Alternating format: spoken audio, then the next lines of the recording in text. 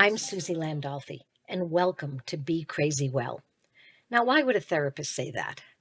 Because we all have mental health struggles, even therapists. The good news is we have so much more information about how we can be crazy well. On my podcast, we don't focus on what's wrong with us. We want to know what happened to us.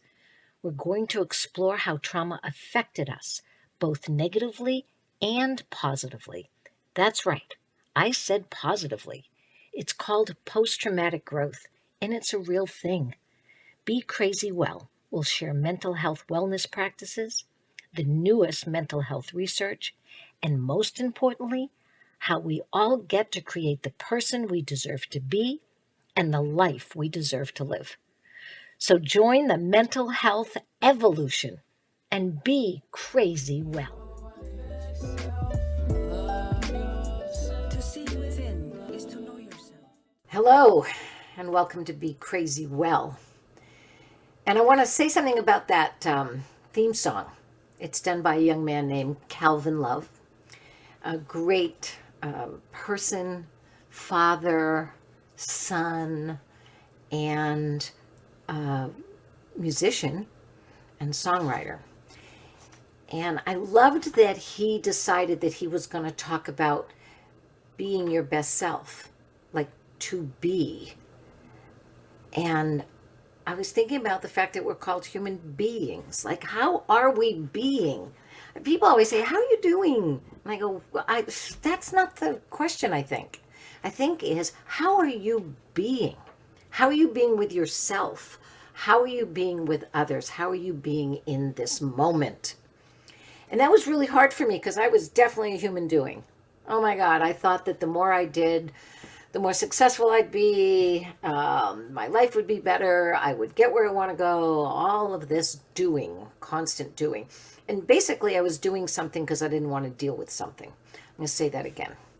I was doing a lot of shit because I didn't want to deal with my shit. And what happened for me was I decided to be based on something other than my thoughts and feelings. And somebody introduced to me the idea of principles. Now, look, I always thought I was a principled person. My mom was an amazing principled person.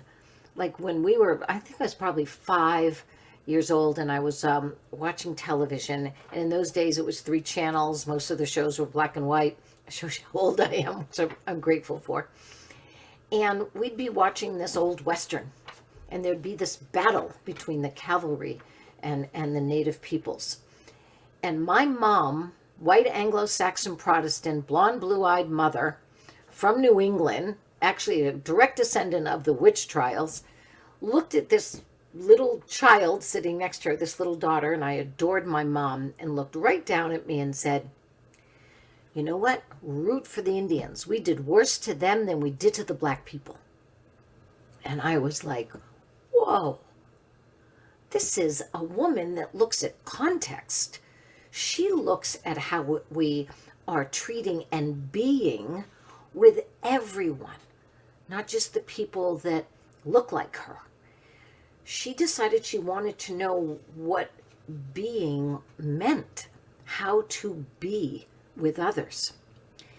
That led to a wonderful childhood that I had with a stepfather who is Native American, Black, and Italian.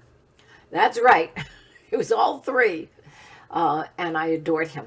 And he was a great influence on me. So the reason I bring that up is because of principles.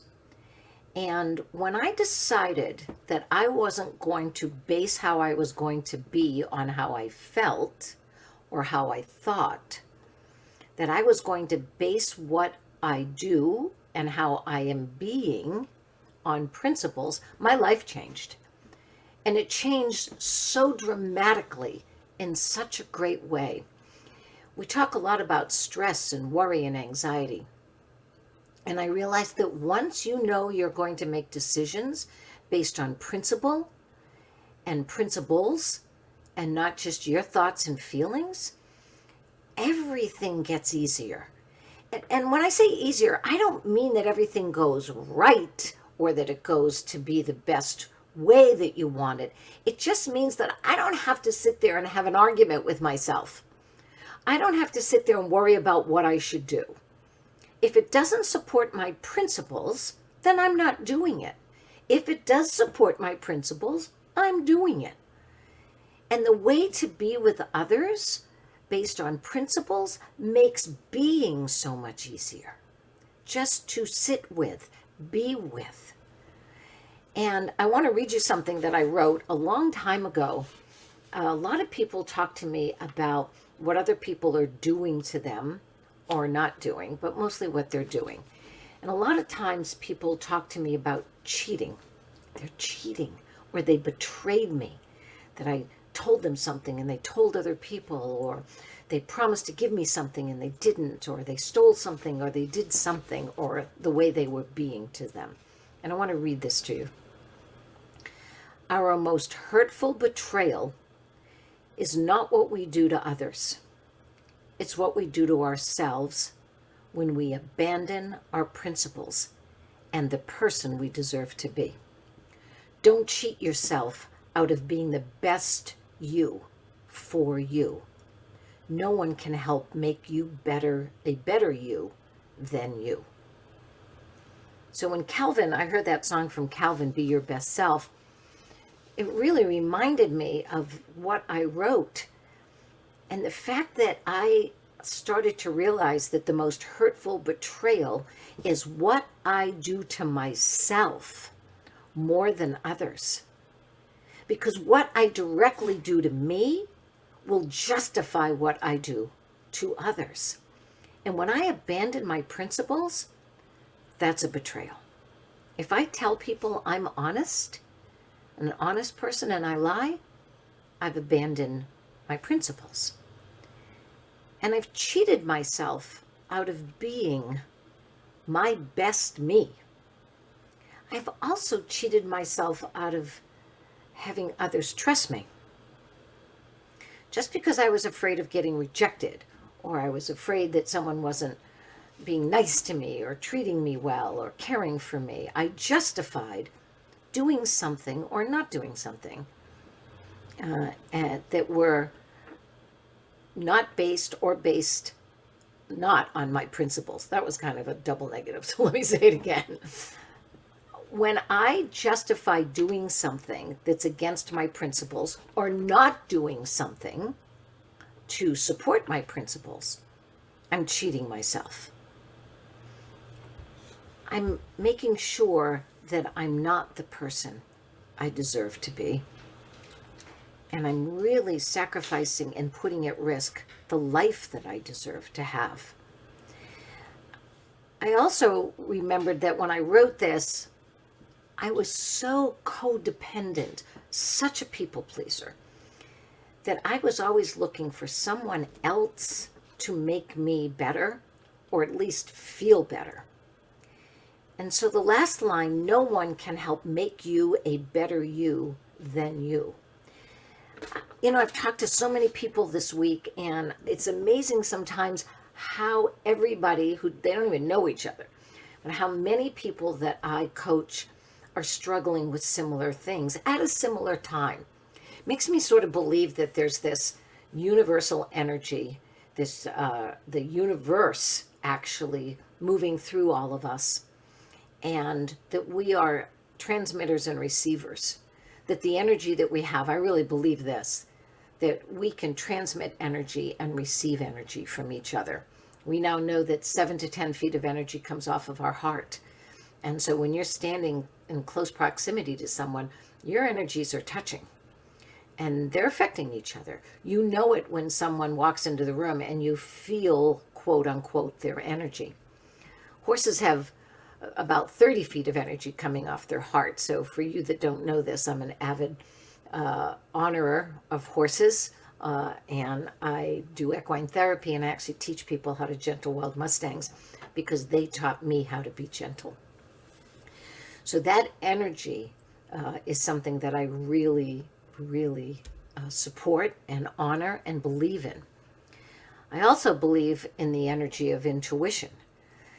That when you have a gut feeling that something is not okay, that something is off, that you are off, that you're not being you, we get to trust that.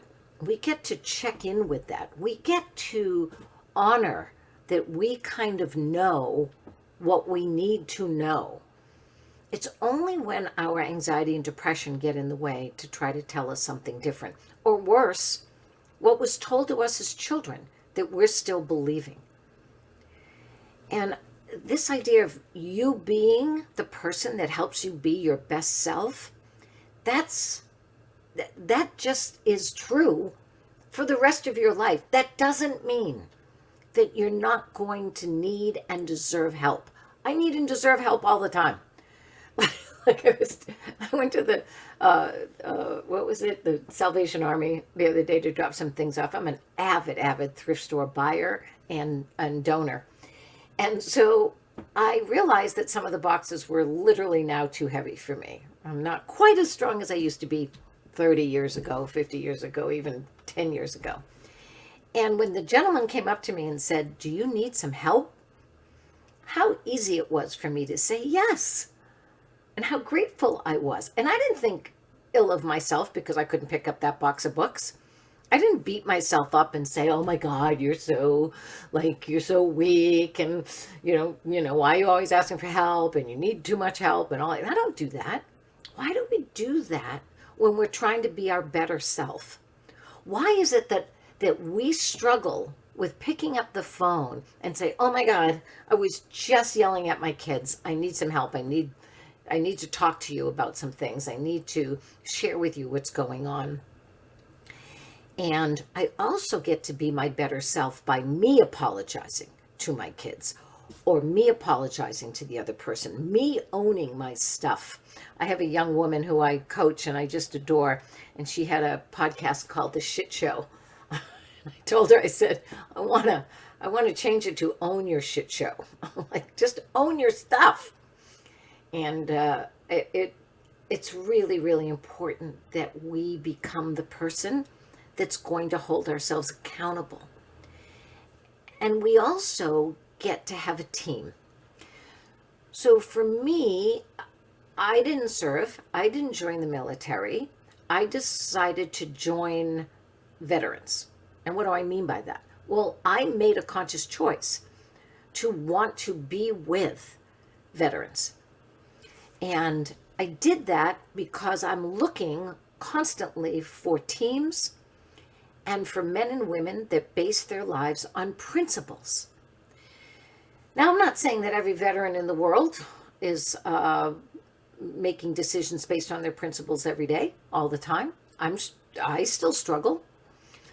I just realized, though, that when we create a context or a basket, a way of being, a format that actually bases our behavior more on a principle than our own personal feelings, we do have a better chance of making better decisions. Now, those principles have to inform rules and regulations. And I was telling someone the other day that not every law is based on principles. So now I'm in a real dilemma. Now, how do I know this? Well, I learned that very young, actually. I learned that when my mom and dad got together, this blonde, blue-eyed, white Anglo-Saxon Protestant woman, and my stepdad, who I already told you was Native American, Black, and Italian, there was still a law on the books in Massachusetts that said black and white can't marry. It was on the books. Now, I don't remember an instance of it being enforced in my childhood. And I remember it being there. And I remember thinking that someone could use it. And they could use that law as justification to discriminate against my mom and dad and our whole family. It wasn't used. We never got that knock on the door. But I will tell you that just knowing that that law was on the books, I realized that was a huge wake up that every law is not based on principles. And we can say principles, are in our Constitution. We can say principles are in our religion. And I have seen many, many instances where people have betrayed their principles. That we are all created equal, that everybody is of equal value, that we should be generous of spirit to those that are in need. I sometimes even think that we don't always follow the principles in the medical model. Certainly as a clinician, as a therapist, I have seen moments where the principles of do no harm, that's the promise that we make to do no harm, is often pushed aside because of the rules and regulations of having to diagnose or treat somebody. That we don't necessarily sit across from people with what I would say based in our principles, that everybody deserves to be treated with respect and kindness and an open heart and open mind. Recently the American Psychological Association this past year actually went on social media. That's the association, by the way, that kind of oversees all of us who are clinical workers, clinicians, licensed, of course. And they had to apologize for supporting systemic racism. And I thought, wow. First of all, I was grateful that they were courageous enough to admit it. What was troubling was how long that had been going on in my own profession. So principles, very, very, very important. And they don't have to be so far-reaching as racism, sexism, homophobia. And by the way, just to bring that up, in the diagnostic manual, we had a diagnosis for mental illness based on whether or not you were gay or transgender, and that was up until 1973. Up until 1973, being gay was a mental health disorder in our diagnostic manual. So when we say principles, we've got to take a look at the tiniest moments in our lives, which most of the time are the ones that we have every day, to the larger picture and context of principles. And I mean that sincerely in terms of what did we do today to betray our principles? I was talking to someone the other day about the word love, and I always ask people about the three, what I would call primary emotions, much like primary colors.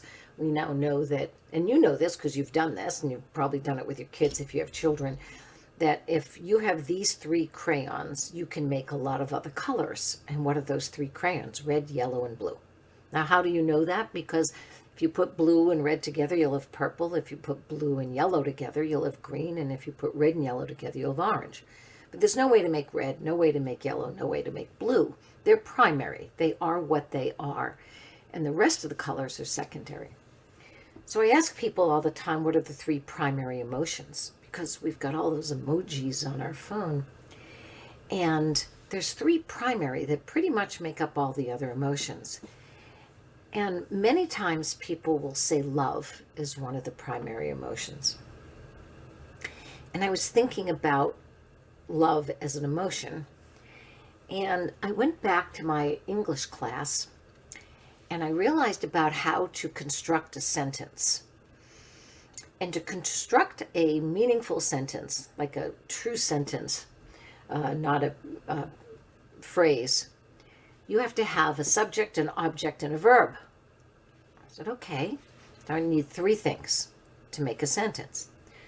So I is going to be my subject.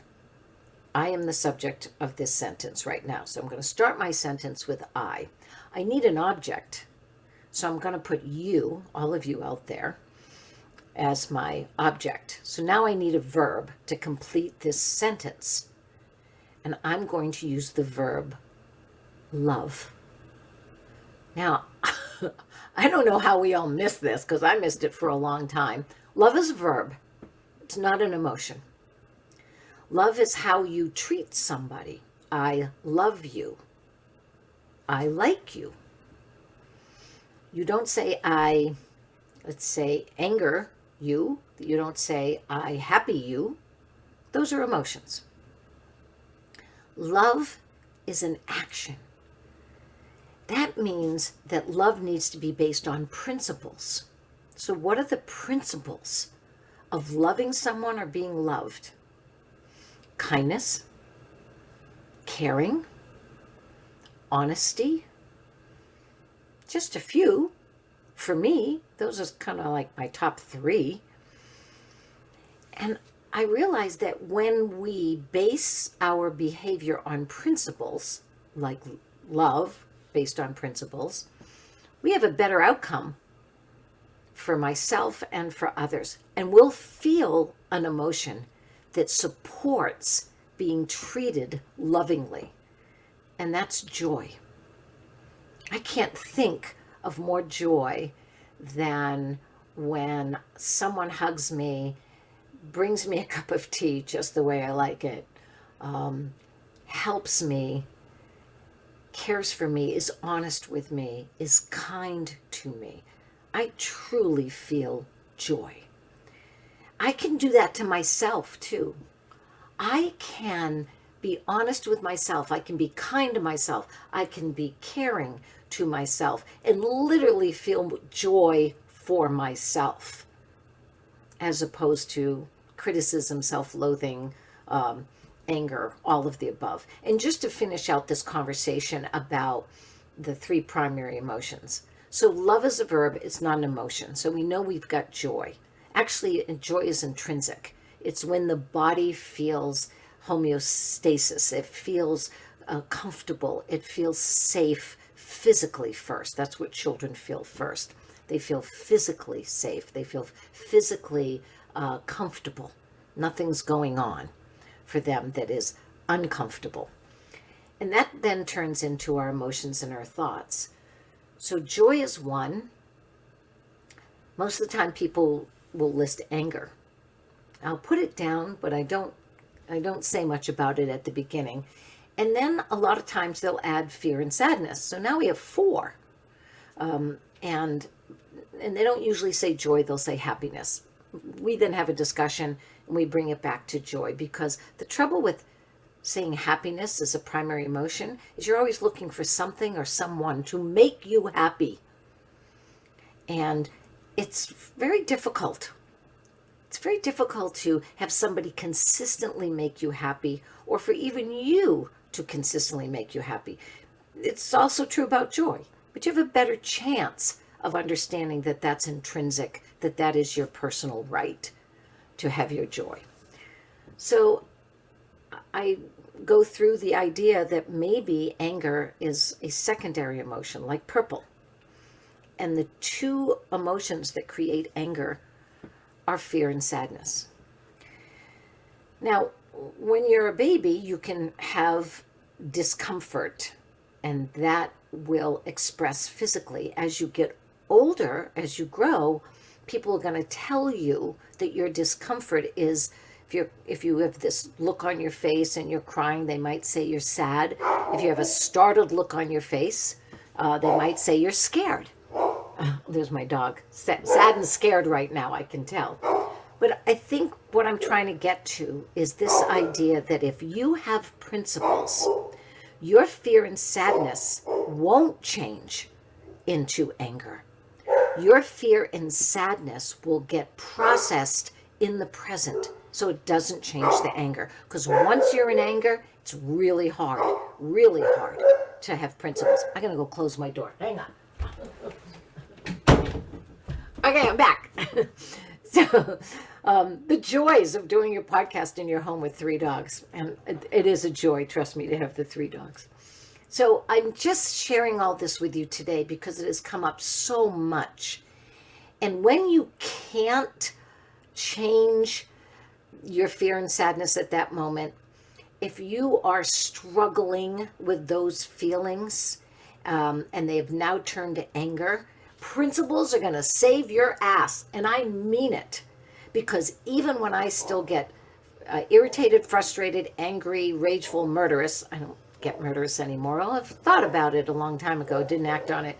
If you are hijacked by those emotions, you can balance yourself and you can count on yourself to make sure you respond with principles. I'm not saying it's easy. I'm saying it's possible. And I'm saying it's a practice. So when I go back to my principles of kindness and respect and caring, even though I have a big emotion like fear and sadness that's now turned to anger, I still get to behave in a way that supports my principles. And the more I do that, the easier it is. It's called training. Veterans know how to train better than any other people. They're in constant training. You understand the idea of practice, and you understand the idea that you will get good at what you practice. So if I get good at screaming and yelling and calling names, trust me, I will keep doing it and I'll just get better and quicker at it. So for us, principles are everything. They will help us manage how we feel, not the other way around. So I would love to just let you know that doing this podcast has helped me practice my principles even deeper. And I try to do that every day, or I should say I do it every day. You know what Yoda said, there is no try, there's only do. So I do it every day. It's whether I'm as effective as I want to be. I do know this, the more I practice my principles, the more effective I will be. AA has a great saying, practice your principles in all your affairs. And then, of course, I have to make a joke and say, but don't have an affair. So anyway, I hope you have a great week. I'll be back next week. Write down your principles. Don't betray yourself. Make sure that every decision you make, every word that comes out of your mouth, every action that comes out of you is based on your principles. It won't make everybody happy, but then again, we already know we can't make everybody happy, and only they can make themselves joyous. So be joyous, be your best self, be crazy well, and well is based on principles. Have a great week.